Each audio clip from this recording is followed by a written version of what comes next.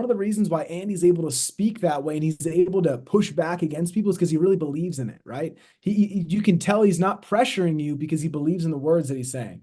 But if Andy didn't believe the words that he was saying, or like, let's just say that somebody objected to me and I didn't believe in what I was saying and I tried to overcome that objection, I did try to push back, it would sound fake and it would sound like I was after their pocket, right?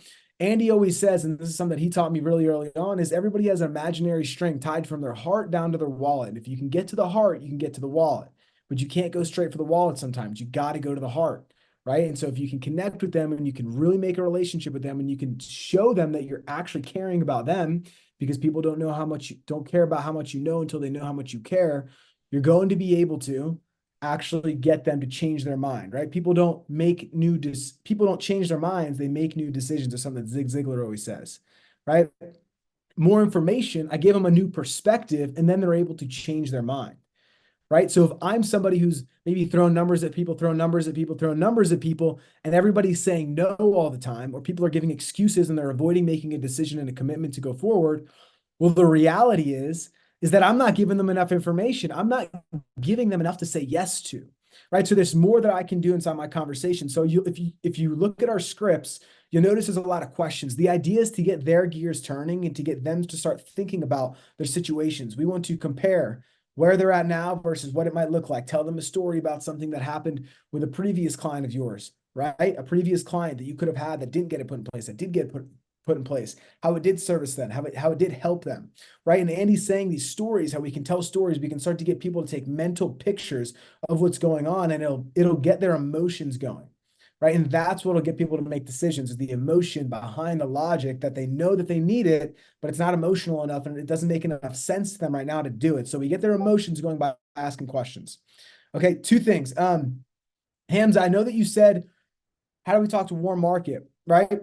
So here's a trick. If you guys need to get off the ground, if you guys don't have a ton of lead money, if you guys just want to get more sales, if you guys want to find more business, I'm going to tell you guys a few different tricks. And I was actually talking to some people about this today. Number one, if you're brand new, or if you're in your first like 6 months or even a year, right? Like it doesn't even matter. Guys, there's two PowerPoints inside of the VT system. One is for Americo's CBO 100. One is for the Eagle Premier, Americo's final expense policy. Guys, if I had no money at all and I had nothing in my bank account and I couldn't buy leads, what I would do is I would use those presentations because they're tailored to get people to realize that they need that product. So what I'm going to do is I'm going to reach out to people that I know. I'm going to say, hey, Hamza, man, I just got started in this new business and this new opportunity. And since I'm so new, part of my training is to go talk to some people about what the products that we have are, just do some education on a Zoom call, share my screen, just kind of walk you through like a 5-minute PowerPoint, 10-minute PowerPoint. You have like 5-10 minutes, I could jump on with you, just help me do my training. I got to do it with 10 people, right? You pick 10 people that are in the age range of like under 50, I would say, for CBO. And then for America Eagle Premier, I would try to pick 5 to 10 people that are, maybe above 55, right? And so your goal is just to share that presentation with people. And the crazy thing is that you're not asking them to purchase and you're not pressuring people to purchase, but that PowerPoint is designed to get them to start thinking about how they should have it. Okay. So what I do, right, if I am having a conversation with somebody and I'm going through what most people think about most insurance, what most people think about how this stuff works, right? And then it's like, this is what most people think. This is what most people think. And then it's like, this is what it really does. This is how it really does benefit people. This is how it benefits one of our clients, right? It's stories, it's questions, getting them to think, and it's going to educate them on why they're great programs and why everybody should have it put in place, right?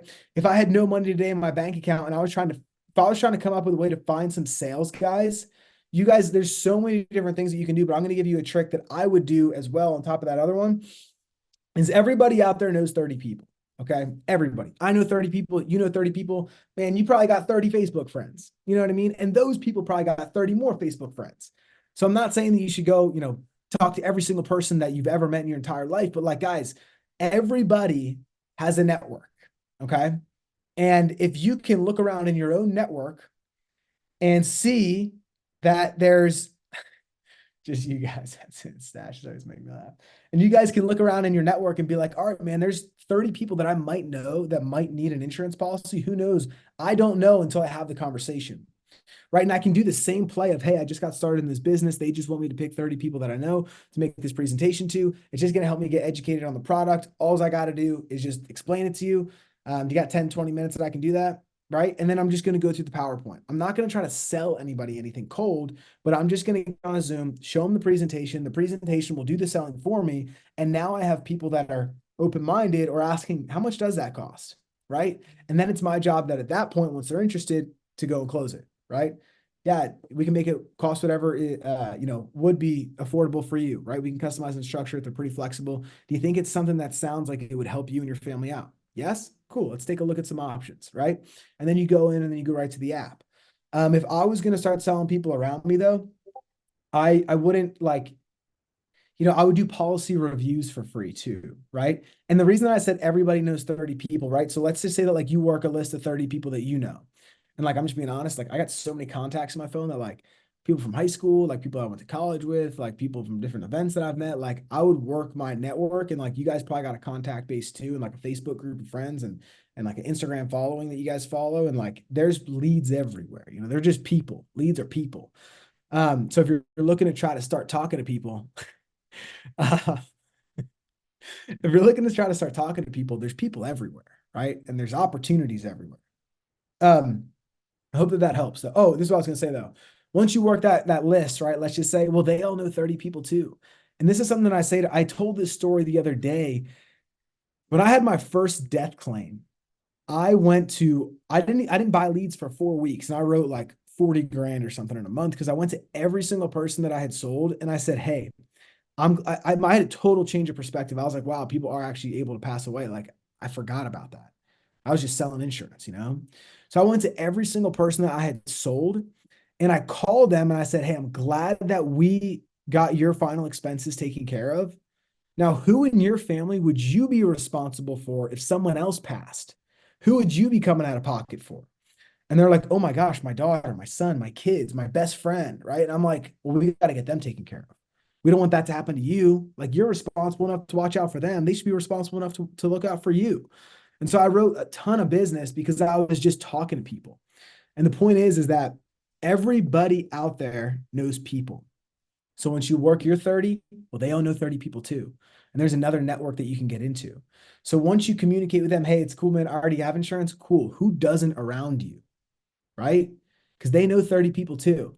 And you're a conversation away from being linked to somebody that's going to help you have a sale, right? And you're going to help someone else get protected.